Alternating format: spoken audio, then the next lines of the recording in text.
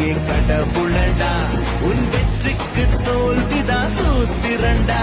நீ தெளிவாக இன்னைக்கு வேலை செஞ்சா வரும் தடைகளை நான்